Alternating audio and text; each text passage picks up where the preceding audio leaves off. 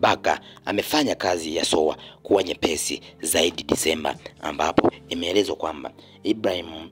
Abdallah Baka amekumbana na lungu la kufungiwa michezo mitano baada ya kumchezea rafu mchezaji wa Mbeya City huko Mbeya. Baka atakosa baadhi ya michezo ya ligi kuu na ile ya kombe ya CRDB Confederation Cup. Hivyo kihesabu, kama ratiba ikienda kama ilivyopangwa, atarejea katika mchezo wa watani wa jadi Simba Sport Club na Yanga, mchezo unaotarajiwa kupigwa Disemba 13 mwaka huu.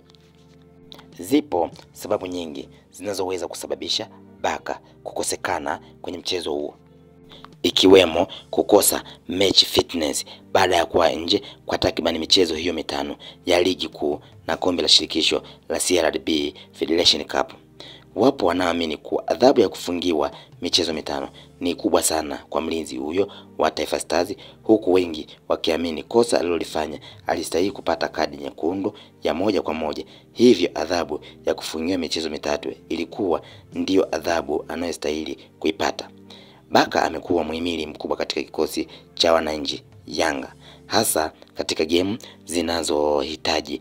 intensity kubwa, ambayo kwenye ligi yetu kuna timu zenye washambuliaji imara karibia ya Soa, Mwalimu Rupia na wengine wengi. Hivi kukosekana kwake kunaweza kuathiri moja kwa moja kikosi cha wananchi, licha ya kuwa wana wachezaji wengi wazuri kwenye eneo hilo kama Mwamnyeto na Frenki Asinga. Ni maneno ya wadau ambao wameweza kutolea maelezo kuhusiana na kile ambacho atakutana nacho Ibrahim Baka baada ya kuweza kufungiwa na bodi na kamati ya masaa 24 ambayo inashughulikia na masuala ya utovu wa nidhamu kwa kutokuonyesha uungwana kwenye mchezo dhidi ya Mbeya City dhidi ya Yanga, ambapo mchezo huo uliweza